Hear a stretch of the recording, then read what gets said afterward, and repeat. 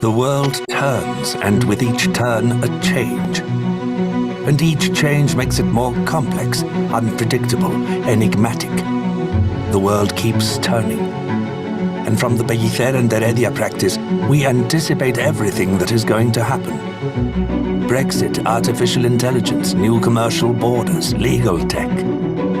The world keeps turning, and it commands the reliance on international lawyers who are capable of interpreting this new reality with integrity, honesty, and transparency, offering answers to so many new questions.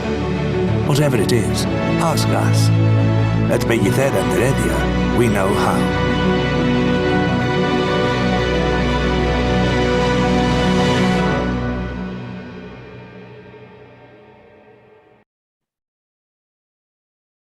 Good afternoon, everyone. So thank you very much for joining us today and to our regular webinar. And we're happy to have today Brexpats in Spain. On one side, I believe in Malaga, we have Anne Hernández. Hello, Anne. Hi, Ignacio. How are you? Very well, thank you. Thanks for joining us today. Thank you. Have on the other side, Richard Hill from East Spain. Hello, Richard. Hello, and I'm looking forward to this one. A lot of questions on this. Good. We have from the other side in Alicante, Pedro, international lawyer. Hello, Pedro. Hello, Ignacio. Hello, everyone. And then we go back again to Andalusia. We have Michael Davies from Mojaca and Marbella. Hello, Michael. I think the microphone is not working. Very good. All right, we got it there. Right, I'm going to pass over to Richard and Anne to introduce themselves. Later on, we're going to speak about what we call a reunification or family grouping, whether you are Spanish, whether a member is European or TI Brexit, or whether you are a non-European after Brexit or any other country, third countries. How you could group your children, depending on your type of visa, and how you could group your parents, if possible, because they need you looking after them. I know things will not be easy, but there are ways forward. I'm going later on, Pedro will talk about different type of visas that might suit everyone, like nomad visa, golden visa, non-lucrative visa. So I'm going to pass over to Anne and Richard and Anne, for you to introduce your non-lucrative organization. Over to you guys. You want me to go first, Richard, or you going first? If you go first, and then I'll start on Okay, well, I'm Anne Hernández, president of Brexpats in Spain International, an association that I set up coming up for 7 years now. Seems like time has flown past, let's put it like that. And little did we realize that nearly 7 years later, we would still be having problems with regards to the effects of Brexit on we Brits who are now third country nationals. And we thank you very much for allowing us to do this webinar with you. We have still received loads of inquiries with regards to lots of the visa that they're allowed to use to come here in Spain. And there's quite a lot of confusion. So Richard's got a few of the questions, I believe, and I shall pass you over to him. Okay, Anne, thank you very much. Yes, I've been getting quite a lot of questions about family reunification. That's the first subject. But people are linking it with the need for carers. Many of the people who live here are getting older. They're elderly, as I am. And they realize that they are in need of care. And they are looking at the family reunification visa as a way of getting their sons, their daughters, and I've got to say, and I know it's not applicable, their uncles, their aunts, their nieces over to help them. Now, of course, the family reunification visa is not really designed to bring every Tom, Dick and Harry over, even if they are carers. So there is a link between carers and family reunification, which I'm sure you're going to cover, Ignacio, Pedro, in your talk. But we need to clarify what you can do and what you can't. And one of the Right. things I'm aware of is that people are saying they want to bring a carer over from England to help them. But of course, that can't happen, can it? Because you've got then the problem, can a Spanish person, an indigenous person, do that job? And if they're going to come over as carers, I guess they're working. So this needs explaining. And what I would say to people, there is, and I'm sure Ignacio will explain this now, there is a chat system. If you, yes, please start sending us your questions now. It's just being put up. Over to you, Ignacio, on the Okay. Right. As I said today, we had a lot of questions as well about what you can and what you cannot. Right, Richard? I'm going to try to cover just briefly, so because it's complex enough, the general part, and then we could talk about nomad or non-lucrative. Right now, we need to make like family reunification. It could be splitted in, let's call it 3 angles here. If one of them, which we are having clients who are Spanish and coming back and they're married to a British or to an American, and that's what is the possibility of that? Then we have the case of a citizen of Europe, let's call it this way, or Brexit TIE, right? These people could still have family reunification. And then we have the third case, which is the non-European, now treated exactly the same.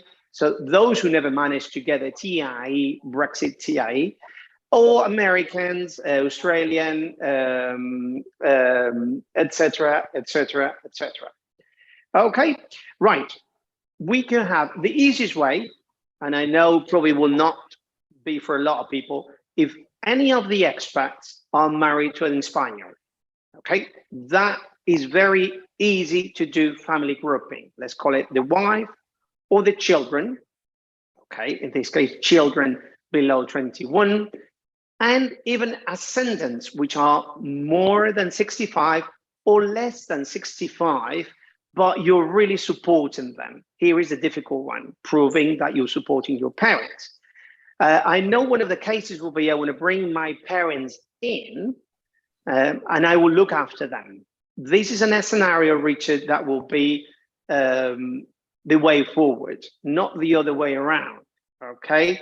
Is you bringing the elderly people, relatives over, but it will really depend on your nationality, whether you are European, or if you're non-European, whether you've got the more than 1 year resident in Spain. So trying to keep things simple, because as I said, it is not straightforward. If any of the audience and people listening, they've got a Spanish citizen, then it's easy to bring their parents to Spain, okay? You don't need to prove social security, you don't need to prove financial means, children below 21, and parents over 65, you don't need to prove anything. Below 65, as long as you are supporting them.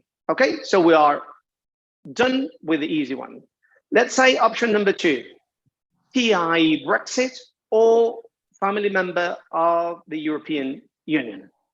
Well, again, you could apply because you need to have that TIE, you need to have social security or the insurance. You need to prove that you have financial means, exactly as you guys did in the past for Brexit. Okay, and you will be able to have more than 65 and below than 65. Okay, so this is a possibility, but you need to have the insurance, you need to have the financial means and comply with their requirements, which in this case is per extra grouping is 7,200 euros per year.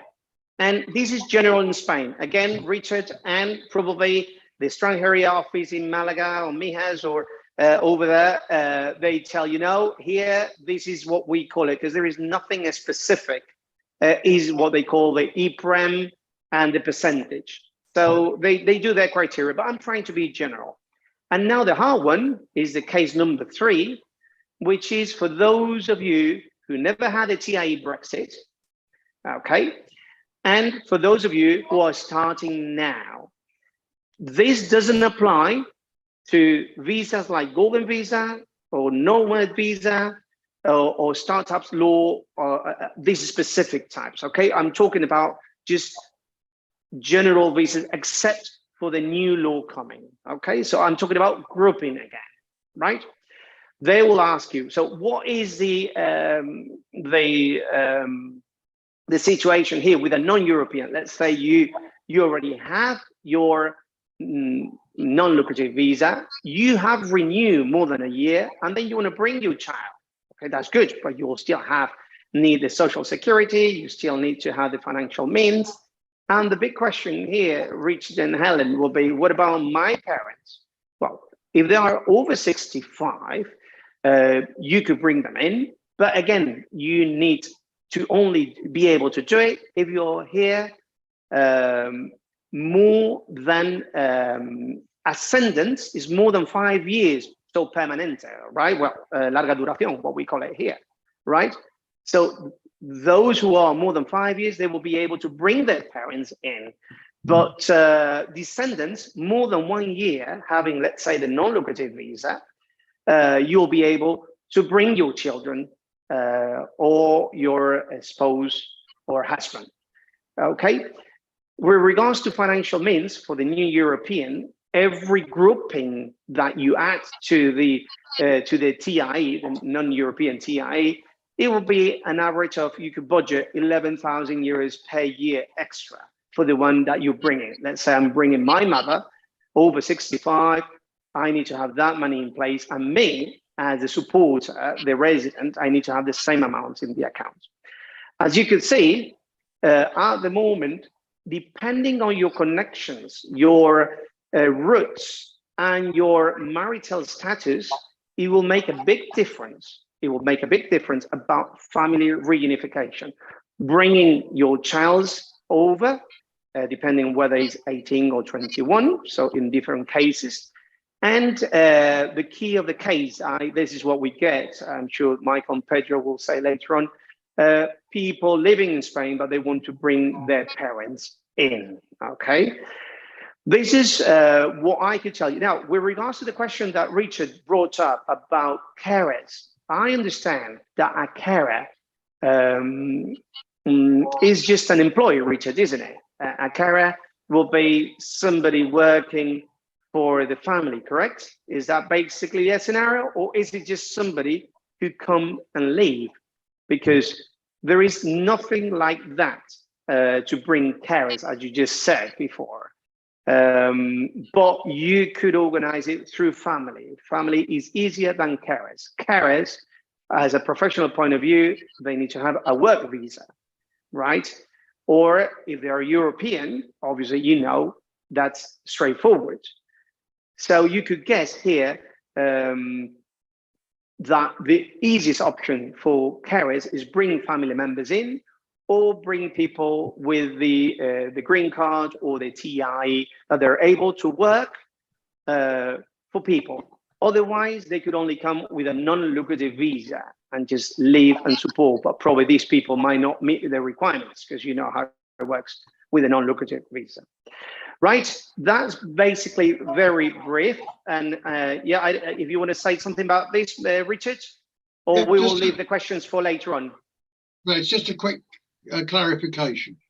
So somebody who is over 65, retired here, with a TIE, let's say a TIE under Brexit, and they want to bring their daughter over with her husband to care for them.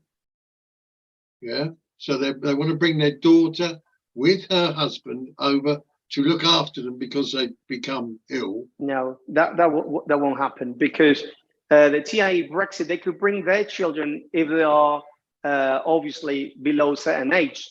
I mean, you could bring the difference here. You could bring your parents if they are more than 65 or less than 65, okay? Your children, you could bring your children as long as they are 18 and they are dependent. If you want this case, Richard, it won't work this way, because the way you're putting is a case of bringing people who cannot have a visa, right? It's like your daughter, Richard, your son-in-law, they are grown up, over 21, independent. They need to go for a different visa. They could work, they want to come here and look after the family. They could come with a non-lucrative visa, but they cannot come with just for that. They will not have a visa for carers, you see? However, if we're having people with 50, 55 and bringing their parents over, and they are a family member of a European citizen, let's say you guys, because you've got a TI, you're treated exactly the same, you could bring your parents in for you to look after them, but not the other way around. Yeah, that is probably the most important clarification, because that's where the confusion is lying. So thank you very much for that. That's probably the most important bit we've done. Yeah, and yeah, can I just ask?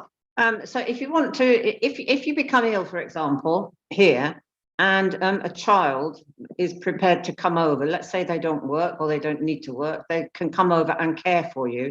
They can't apply for a family reunification, or they can? Well, depends on the age. If they are over 18, yeah, they would. If they are over 18, is like Richard. Under this family reunification, the answer is no. They will have to come as a non-lucrative visa, or if they want to have a nomad visa, but different type of visa. But family reunifications is only dependent down, okay, for descendants, or the ascendants, which are the parents. In different cases, well, for European, it doesn't matter whether it's over 65 or below 65. But you need to, over 65, they don't request pretty much, depending on the case, anything. So first thing, Spanish, anybody is Spanish? Well, that will make our life easier. No, are you a family member of a European citizen? Well, then you could bring your parents, but you cannot bring grown-up children. That's the. Do you not think that should be changed? Because the social services here is absolutely, it's dire. You cannot get care to come to your home. It's really very difficult. If you're elderly, if you're on your own, if you're recovering from an operation or ill or something, and if you've got a child who is an adult but doesn't need to work, quite happy to come and care for you. Then he could, but there is a visa for that. You could ask for a non-lucrative visa. Let's assume they don't have the 28,800 in the bank. They can, under this type of visa, if they don't have a nomad visa, or they will have to find a visa, because family reunification is very much for the three categories I just mentioned. Okay. It's only for these people. The rest you cannot classify like family reunification. You could call it something else, like nomad visa, golden visa, non-lucrative visa. They need quite high finances initially, is what I'm saying. This, it's going to be costing Spain in the end if they've got to fork out and pay for the social services to come and visit this person, to come and care for them. It just seems a little bit short-sighted, to be truthful. Well, this is the way they want to bring people in. They only bring people under these circumstances so far, and to be honest, and it's been like this for long enough. You see, it hasn't been nothing new with that.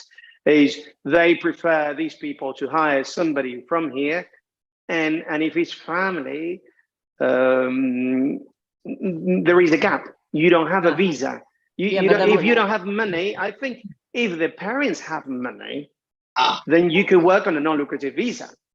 You can work on, and I think, well, is easily, well, not easily, depending on the case, but there is a way forward.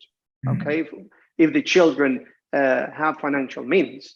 The answer to you, Anne, will be go for non-lucrative visa and find the funds through your parents instead of the parents paying somebody else. They could even sell the property, live on rental, who knows, but you have to have the money in the bank. But there are ways to explore, depending, that's why I say this is very general. we could always discuss on the specific, as you said, what about these people? Well, the problem is going to be having people over 18 looking after parents with no financial means. Let's put it this way. This will be the difficulty. No, I Michael, you understand. wanted to say something?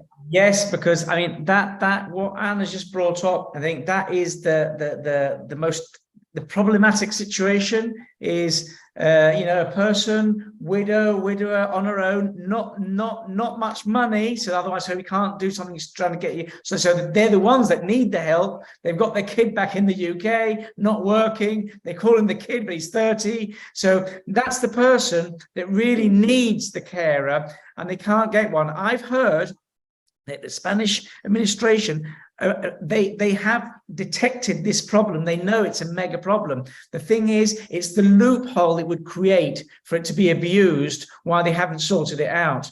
But that is the cornerstone of everything. That is the biggest problem. And we come across it a lot. It's the classical example. Husband passes away, widow's now on her own. She hasn't got enough money to sell and move back to the UK. She's here. The child now is being made redundant. It's perfect for him to come over, but he can't do it. He can't come over, and that's the problem. I mean, Michael, in case there is no solution like that, but in reality, what's happening? What is people doing, or what are people for emergencies doing? Well, they come over here. They don't have a visa. After 3 years, you can regularize your situation for arrival. You see, but you are 3 years with no papers. Hiding from the police. Yeah. Ignacio, before I forget, just one question, because I've been asked this a couple of times and I'm not really certain. Can you? I know that you can bring over your child that's under 18. If they're over 18, understand that you can bring them over if they're dependent. Yes, economically. You could bring them. You can bring them below, depending on what case, different levels, Michael. But below 18, yes, you can bring them in. And if they're over 18 and, for example, studying at university, can you bring them over? For example, with different categories, could be either 18 or 21, or you could go for a student visa, Michael, as well. Okay. But student visa will be for non-Europeans, right? Because for those who already have the TI Brexit, it's not an issue. They could bring him over, right? As long as they are dependent.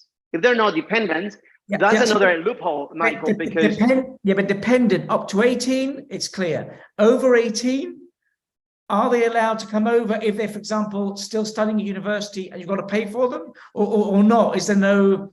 Yeah, I mean, my understanding, dependent could be here over 18 if they're in university, okay? As long as you prove they are dependent.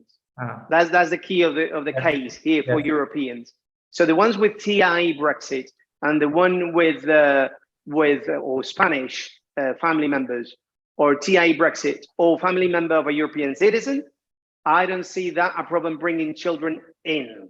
Right, you need to prove you have the 7,200 euros per extra people in the account, because the next jump, Michael, will be like a visa for specific, which we are doing a lot. We're doing a lot of student visas now, Michael, but this is more for non-European. Okay. They come first to study, and then they try first the option of reunification if you've got a TIE card. If that doesn't work, you've got the other option, which is yeah. I mean, I think people with a TIE from Brexit or family member of a European citizen, I see is quite straightforward. Well, not straightforward, but reasonable, Michael. Non-European, then you have the problem that if you're talking about descendants, you need to be 1 year at least in Spain, and children's up to 18, so they don't allow you more, but that's for non-European. Exactly. Now, if you are bringing parents, you need to be permanent, permanente or de larga duración, which is the same. So they request you to be 5 years in Spain, and then over 65 years old, you could bring your parents in to look after them, right? But non-European, more requirements. European, much easier. Spanish, very easy going because no health, no economical financial means. So you could see three categories of helping and assisting. But as I said to you, there are ways around. There are multiple visas that we could always think. If you think might not fit this case, might fit the other. You see, Michael, so sometimes when we have a video conference with someone and they have a problem, we study all the possibilities of what might work best for them. And it's worth explaining the whole situation and possibilities, because we saw a lot of issues here, Michael. Some of them are Irish.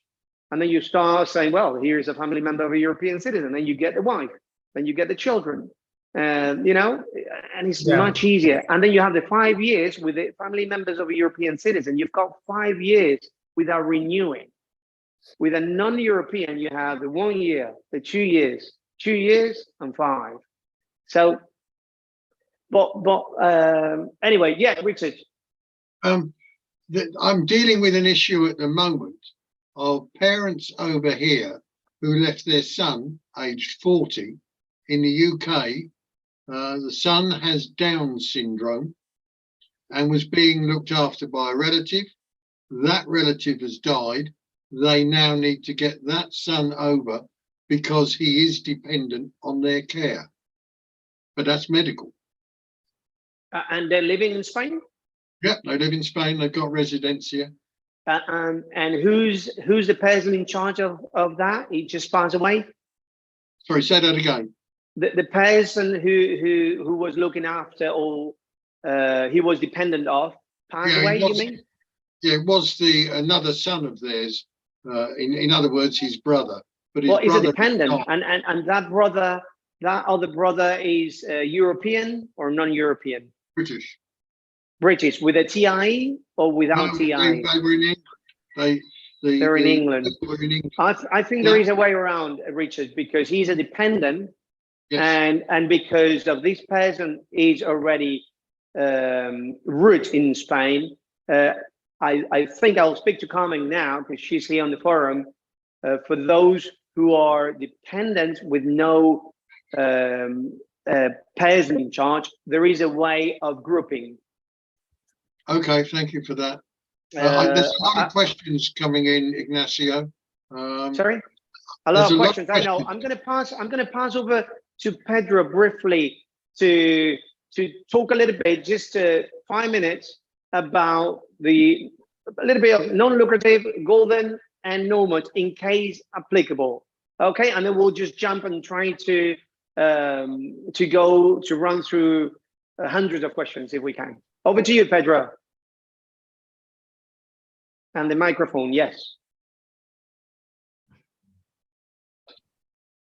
Apologize. Okay, just to answer the question, obviously about what Richard said. Obviously, if it's a demonstration, you can prove that this this kind of dependent. We call it in Spanish minusvalía, demostrable. That will be able, even though it's over 21 years old, that will be able to be attached into the residency in Spain. Okay, Ignacio, just to be brief and summarize about the other kind of visa that maybe it will be fitted into well, some potential residents that want to come to Spain. As you said, I think you mentioned about the nomad visa, golden visa, or non-working visa, non-lucrative visa, I would say, in Spain. And well, nomad visa has been approved some months, weeks ago, really. It's very new. And it's for those who want to work in Spain, wants to come to Spain to work, even though they don't stop working to the company that they are abroad. Or maybe they're professionals that are going to be working in Spain to the clients or through clients outside of Spain with a maximum of 20% of a turnover in Spanish or through Spanish companies. So right now it's able to, instead of, because we had a lot of people that came in here and coming to Spain with no lucrative visa, but really working in Spain, and we have many resolutions by judges really agreeing on that could be done that way in order to work abroad. But the nomad visa eliminates this limitation, really, and anyone that demonstrate that can work in Spain with, for example, a company that is employee, a company is more than 1 year, can demonstrate that it's been more than 3 months working in a company and can demonstrate that at least has 3 years, is a professional, 3 years experience, or has some like a training program, master's, postgraduate training, that will be fantastic. That will be able to prove that you will be entitled to apply for the nomad visa. Apart from obviously to demonstrate that from the company that authorize you to work, to teleworking, work remotely in Spain, obviously you need to, authorized by the company, or demonstrate that you are going to be able to work in Spain on that kind of, this kind of basis. So nomad visa is for those ones who are going to be working in Spain with a computer, sometimes going back to the countries of origin in order to, well, to do some things, but mainly working in Spain, because you're going to get a visa residency in this case to live in Spain and work in Spain for those companies outside. I think it's been said, I think we mentioned about the situation, about a problem that is going on really of the documents that the companies to demonstrate in Spain, because it needs to be updated or needs to get a certification of the social security in case that both countries has an agreement of social security system. Or you need to obviously to update in case as a professional, you need to update, or at the least you have to make an application that you are going to be inscribed as a company, a foreign company in the system in Spain, and the compromise at the end to have an employee updated in Spain. This is probably the most bureaucracy area on this nomad visa. And probably, and I'm having right now clients that we are a little bit reluctant, a little bit, say that this is going to be very difficult because companies do not want to entry on many documents to be signed. The CEO of companies do not like this bureaucracy or a lot of documents that are in Spanish, obviously. But at least this is the documents that we will be able to explain to clients in order to, well, to at the end to sign, and because needs to be updated and needs to be applied in the social security in Spain. Pedro, can I just ask, please, before you move on to another visa, what are the financial resources that you need to show for a nomad visa? Well, for the nomad visa, and this is clear. It says who the information that you need to give on financial means. We have different visas that you show savings, you show investments, you show access to money. In this case, you need to represent or show with a contract, with a payroll, with a certification by the company that is going to be moving you in Spain, which is the kind of income that you have with tax returns, at least, and what we say is 200% minimum of the salary in Spain, which is 1,080. So double will be 2,160 times 12 will be, what I say normally is around 500,000 euros, 25,500 euros. That's a minimum requirement. Okay, and any family member will not be that minimum salary, which is 1,080, will be 75% of that amount. Well, think about around 800 euros per 12, which will be 9,800 euros per family member per year. You need to demonstrate that at least you have that money that you're going to be working in Spain with a contract, with a payroll, with a salary, with a certification by the company, and obviously with any kind of proof that shows you. It is not like you might be self-employed though, which doesn't mean you've got a contract with one particular individual company. Tax return you will show in, and the companies that you're going to show, because you will have to show as a professional letters from one company, at least one company, or maybe different companies, and with the tax return of countries that you are living in the last, let's say, 2 or 3 years. This is a matter of proof. And I like your question, because recently we have a client that he says, well, what am I going to prove? And I said, let's show the last 3 years. Let's show that you have been working in that company, and 2 letters from 2 companies, mainly the companies that you work with. It has a lot more clients, but the 2 main ones, that at least gives you a percentage that is going to cover in most ways the average amount. Obviously, many people will say, I have 200 clients. Each one of them do not give me more than 300 euros. Well, that's going to be an issue to obviously to demonstrate. But that is the financial need that you need to show. Okay. Thank you. And okay, well, obviously the criminal record is a must in the golden visa and the non-lucrative visa and the nomad visa as well. It's been changed into, it was 5 years time that you need to demonstrate that you don't have any criminal records. Now it's 2 years, but you have to declare that the following 3 years you have not been entering in any criminal issue on the last 5 years, really, even though the demonstration is for the last 2 years of the countries that you've been living. So, as we said, you can be with a company, and authorized by a company. They said in a letter that the kind of work that you do is properly to be done in Spain, or you are a professional, 3-year experience, or with a graduation or degrees, a post-graduation that it allows you to demonstrate that you have experience or you are professional in that field. And well, at the end, the application is simple with access to the social security system. Well, with a private insurance in this case, in most of the occasions, I would say, and criminal records, and obviously these documents from the company. And at the end, you will access to the nomad visa. Apart from that, is a copy of the passport, obviously, and there are some other documents like a small tax that you need to pay, an application form, obviously. And well, at the end, you demonstrate activity of a company, which, for example, like company registry activities is more than 1 year, for example. At least more or less it is the requirements. Obviously, we have a deadline, or the public administration have a deadline until the end of this month to give more accurate information, which we are expecting that is going to be given in the following weeks. Okay, and now briefly about non-working visa. It's a non-working visa. It's do not allow you to work in Spain, allows you to be resident in Spain, and you will be resident and also tax resident in Spain in case, obviously, you live more than 183 days in Spain, because you will have to renew it. Let me go back again to the nomad visa, because it's something that also was changed, and it's something that we always take into account about the taxes or the rules that have been changed in order to maybe have access to some benefits in case it's good for the person which is going to come here. It will be a flat fee in case can be chosen, or non-resident benefits as taxes with 4 taxes, or regular basis on resident taxes. Non-resident taxes in this case, as is a non-European Union citizen, will be 24% flat fee, 24% flat fee. So those who have an income that maybe are going to be paying a percentage less than 24%, maybe say, oh, I don't want to get that flat fee 24% because I want to pay more taxes. So I'd rather maybe get a regular scale on this.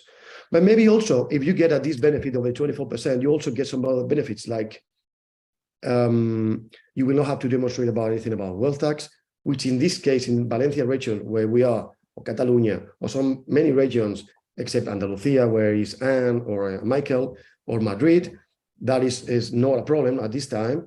But in some other regions, we have wealth tax. So with this tax benefit, you will be benefit or not to declare your assets in the world as a wealth tax. There is contradiction, I would say, about declaring your assets worldwide, because once you become resident, you have to demonstrate your assets in the world as an informative declaration. But anyway, just taking into account that you may get this benefit of you don't have to pay wealth tax, you don't have to declare wealth tax. Really. But as well about dividends. Sorry? On the subject of taxes, does the double taxation agreement still apply under a nomad visa? Yeah, always. And this is and social security payments. If you're employed by a company in the UK and you are paid as pay as you earn, you will be paying social security in England unless you are permanent resident in another country and there is agreement with that other country. Yeah, social security in many cases with double taxation treaties between Spain and different parts in the world, and normally all the double taxation treaties are similar. The costs of the social security can be deducted. Normally, as a professional, this is how it works, for sure. And when it's an employee, obviously, it has to be inscribed through the nomad visa. Or there's another system of transference of employment from companies, multinationals, because this is not new. I mean, it has been done in the past years a lot. And that cost is included in the cost of the employee that is working in Spain, and the company suffers a cost in Spain, not the employee. Okay, that's important. Not the employee, but the company, which obviously that company will be able to deduct it in the accountants, with accountants in the country where is origin, this company, as a cost. And the global accountant, obviously, they will be able to include it, because all the double taxation treaties, they include this kind of system. And accountancy obviously is very, very difficult. But the professionals that are in Spain, and obviously they have to update also Social Security, will have a cost also. Okay. Right. Shall we start with questions and answers? Yeah. I don't know because we're running out of time. Pedro, shall we? Anne, do you I've have got any other questions? One question on the non-lucrative visa. After 5 years, what sort of funds do you need to show in the bank? I know it's 1 year, 2 year, 2 year, but up to 5 years. That's a good question. Once you have 1 year, then it's 2 years, then it's 2 years. When it's 5 years, you don't have to show it. 5 years. You don't have to show anything. You don't have to show no financial means. No. And you can then apply to become permanent. Yes. Okay, perfect. Thank you. Es larga duración, what is called, Anne. Is Do you want me to permanent do for Brit, for European, and larga duración is for non-European. Do you want me to go through the questions, Ignacio? Yeah. Do you want to start with questions, or shall we? Yeah. I think we need to. We've got a few in. And then we can go back again to cover anything we've missed. First one that I've got in is, I'm a US citizen living in Madrid on a non-lucrative residency permit since 2020. He wants to bring his 13-year-old, she wants to bring her 13-year-old son to study here as of September 2023. Is it best this visa or a student visa, since he only wants to stay for a year?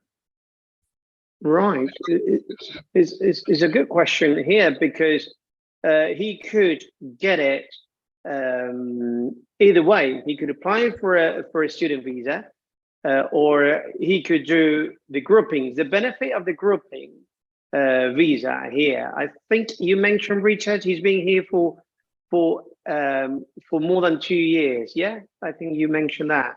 So the benefit of grouping is that the renewal will be always attached to the main residency permit. So if it's a non-lucrative visa that you've done 1, then you renew 2, and then you renew 2, it will always match with the expiring date of the other one.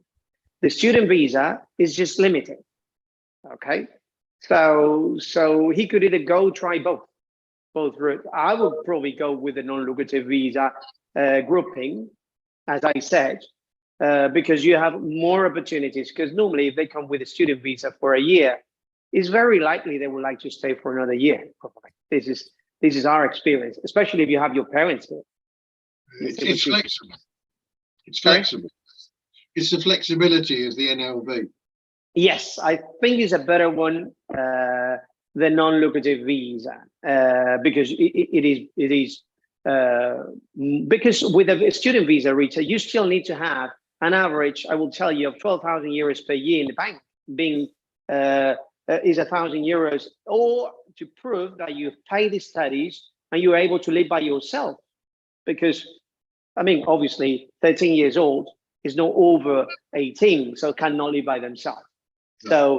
So the 13, in my understanding, I don't know if Pedro disagrees, I will prefer them going through the road of non-lucrative visa as a family grouping.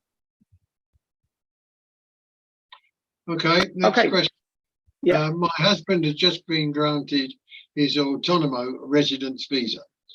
Does my son, age 12, and I have to wait for my husband to complete his first year and renew his visa for us to come on the reunification? Yes, that's correct. Yeah, that's exactly it. He had a work permit, I believe. Yeah, is that the case? Yeah, autonomo. Yeah, autonomo, and then he'll have to renew his visa. I think for how long is the autonomo? Is that here? And I have wait for. He's not done his first year. Right. My understanding is that they need to wait to renew. So one of the requirements of this non-European or work permit is you need to have a first visa and renewal. After renewing, you could join. Okay. Okay.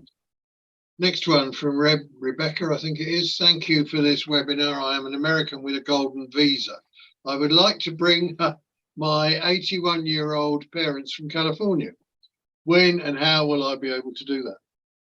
That's a straight family reunification, isn't it? Right. What year? Because I'm lost with the questions, Richard. No, 81 years old. She's 81 years. The parents are 81 years old. Right. It can be applied anytime, but the problem with is about showing or proving a dependent situation. That's difficult. No, but this is the case. So I understand that there are non-European because they are Americans. They already have they been more than 5 years in Spain, Richard? No, it just says a golden visa. It doesn't say that. It's in a golden visa, right, Pedro? So that's why, yeah, ascending is very difficult. I agree. But they could go for a non-lucrative visa, Richard. Yeah. Okay. This one's interesting. Hi, my British parents are residents in Spain and live in Valencia for 17 years. My husband is an EU passport holder and I am British.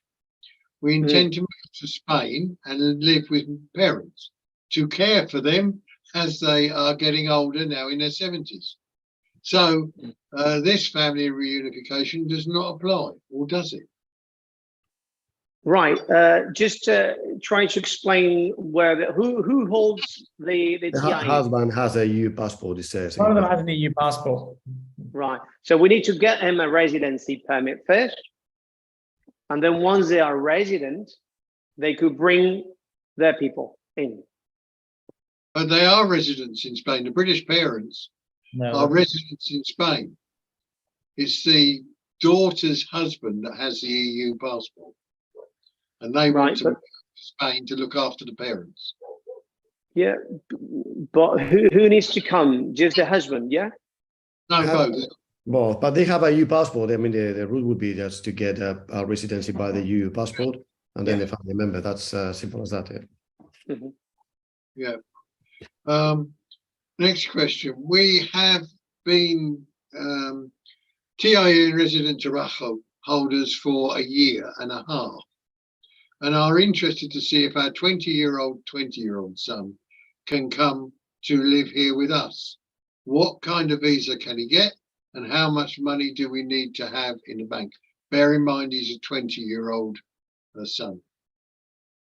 Right. So they're being TI resident and Tobacco, which I understand that they are under the European, yeah? Sounds like it, yeah. Sounds like it. And they want to bring their child who's 20 years old. Son.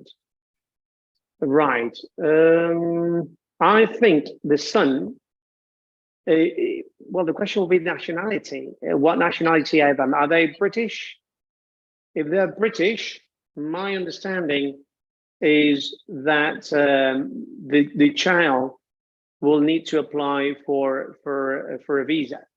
It cannot be family reunification because he's over 18. Yeah. Yeah. And yeah, so they will need their own because they are adults and independent.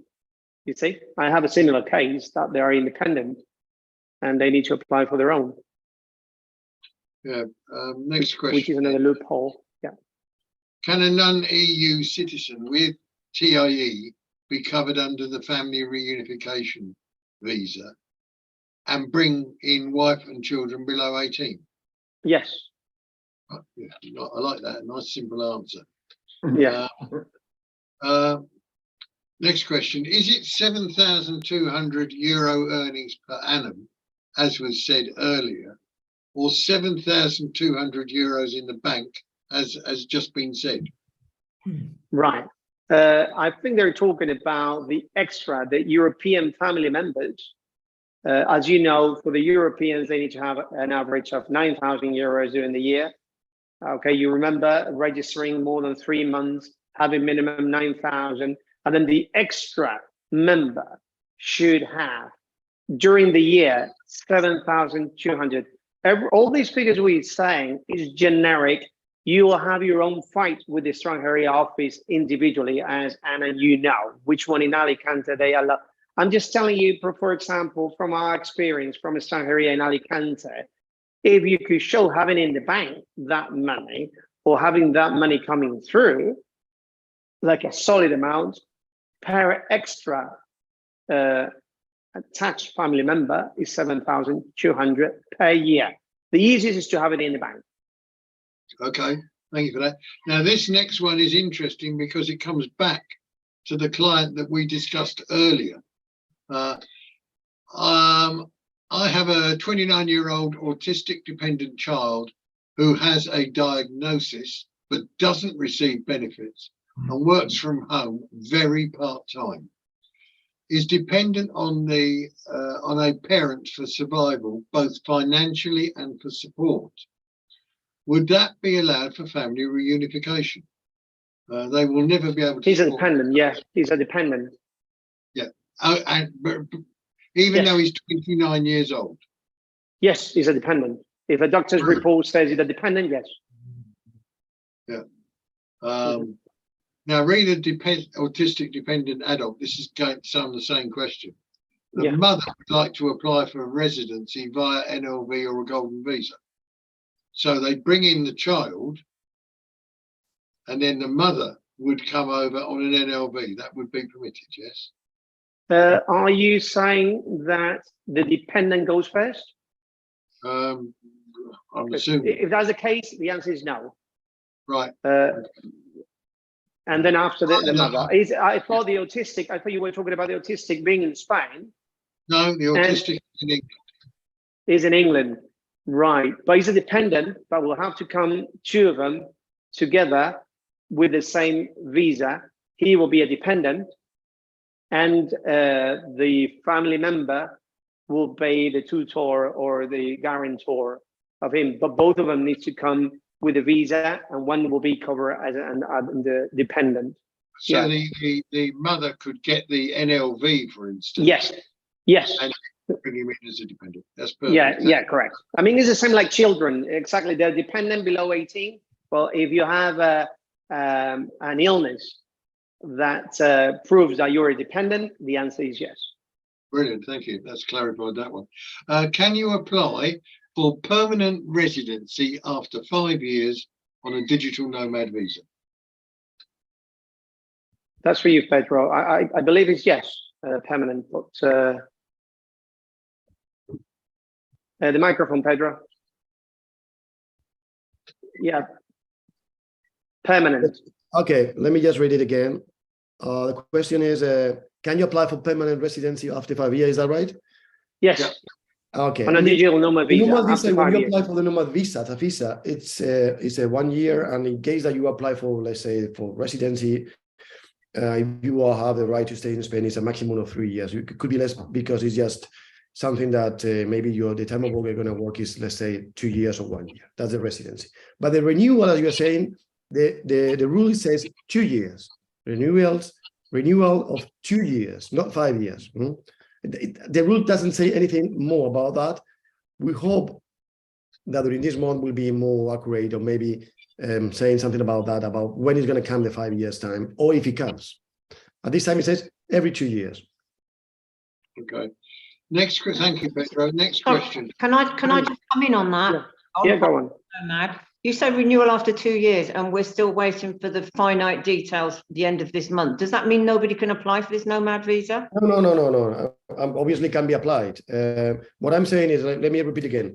You apply for a nomad visa for 1 year, or maybe you are already in Spain as in this case, this year resident, or you came and you are physically here or you have a right to stay resident in Spain for at least maximum 3 years. But the renewals, whenever you're going to renew, it will be for 2 years time, not for 5 years. No, that's not what I'm meaning. What I'm saying is, since we know that by 31st of March, Spain has to publicize the more finite details of the nomad visa because it's still a very grey area. Does it mean until then nobody can apply for it? No, does not mean that. It will be applied. Will be everyone can be applied, and will be some instructions. Will be some rules with more accurate information, with some information that at this time is a little bit more gray More area. clarity from the More 21st, but you can stick to the law now. Yeah. Thank you. Sorry, Richard. It's all right. Where were we? I think actually we've been we've been lodging nomad visa from January and having the paperwork in order, lodging it through, and they still didn't get back to us. But the criteria is what, that we really need to know all the ins and outs, that the specific. No, it was approved. I know it was approved in December, but yeah, okay, perfect. Thank you. Yeah. Pedro, we're running out of time. Richard, will you summarize it once? Yeah. Yeah. How many days do you have to spend in Spain within the first 5 years in order to be eligible for getting the 5-year card? Half of the 5 years. So How many days? 2 years and a half. 2 years and a half out of 5. Right. I'm going through. We'll answer some of these questions by email for the people that have come in. Is a reunification visa suitable to apply for residency for my wife and child? I already have a TID card and have been registered as Spanish resident since 2019. That's excellent, yes, because they have already a green card. Yeah. So yeah. Okay. Right. So I suggest we answer the rest of these by email, or they can contact you or us. I'm just putting that up via our Facebook. Please put your emails here just in case anybody wants to contact you. Pedro, Richard, Anne, and Michael. Michael, would you like to add anything else? I know you're a specialist on inheritance tax and inheritance probate and everything, but I don't know if you want to bring anything over to. And the microphone is off, Michael. It's hard to listen. Slightly off topic, but we're starting to come across a problem that's not very frequent, but when it happens, it is a mega problem for the people that suffering. Let's see if I can put this together. We always advised about this when Brexit was going on, and now we're starting to see the consequences, and that is, in Spain, we've got a system of obligatory heirs, okay? English people and foreigners from other countries can always escape the system of obligatory heirs by choosing the law of the nationality, so they can then do whatever they want with their estate if they're British, for example, because Spanish people, 2/3 of the estate goes down to the kids. What's happened? People are becoming Spanish nationals because of Brexit. They're now applying for nationality. They're becoming Spanish nationals. And now, because Spain does not accept double nationality with the UK, even if on their will, they've made a choice of English law to determine how they can distribute their estate, and then gone and happily left everything to their spouse. The spouse, one of them is now dying. And when we go into probate, the notary is saying, no way, that choice of law is not applicable because this person is now was only Spanish at the time of death, and therefore, as far as Spain, they're only Spanish, even though the UK conserves their passport or whatever and allows them to remain English. But as far as Spain, they're only Spanish, and therefore the choice of law they've made on their will is not applicable, and therefore they're subject to the limitations of the obligatory heirs that exist in Spain. So what we're coming across now is spouses coming in, the lady thinks she's inherited the villa down in Estepona, and when we get into the notary saying, no way, choice of law, null and void, because he'd now become a Spanish national, and therefore he's got children from other marriages, or even from their own marriage, etc., and they've got to receive the lion's share, which is over 2/3 of the Spanish estate. So just throwing that out there so that people sort of rethink their wills. If they become Spanish nationals, or if they're thinking because they need to realize that they can no longer make the choice of their national law being English law, and escape the Spanish system of bigotry is. Yeah. It's not happening very often, and we've already had 3 cases, and 3 cases in which the situation has been an absolute disaster for the spouse. In 2 cases, there were children from other marriages that she can't get, these ladies don't get on with. And the other case, they were at least her own children. But even then, of course, it's problematic because suddenly now the villainous deponent now is part in the lion's share now actually belongs to 2 40-year-olds back in London who now we've got to see if they're willing to sell and let their mum have their. It's a very good point what you bring, Michael, because sometimes when we do all these video conference, we need to have the whole team. You know, it's like the immigration, the tax, the wills, everything in the pot, and then you need to make a decision because sometimes you'll get the good for being Spanish, but the bad for you not using British law in that respect, isn't it? So yes, everything's advantages. As you know, I've become a Spanish national because of just simply because I wanted to avoid the problems of Brexit. But I was aware of this. It's just that people need to be aware of it. That's all. Because especially, you know, in those cases where there's children from other marriages and things that's suddenly going to receive the estate. I mean, it can be. At least they need to be prepared and know what will happen, so they can then be, you know, organize themselves. Yeah. Very good. Okay, well, thank you very much, and Richard, Pedro, Michael, for your time today, for your expertise, and for your support. Thank you to all for listening and learning a little bit more about these complex laws about immigration. I'm going to pass over to Juan Fran, and we're going to see you in 2 weeks' time, hopefully talking again about probably family relocation on schools, on living and visas, and again with all these questions that we always have. Okay, over to you, Juan Fran.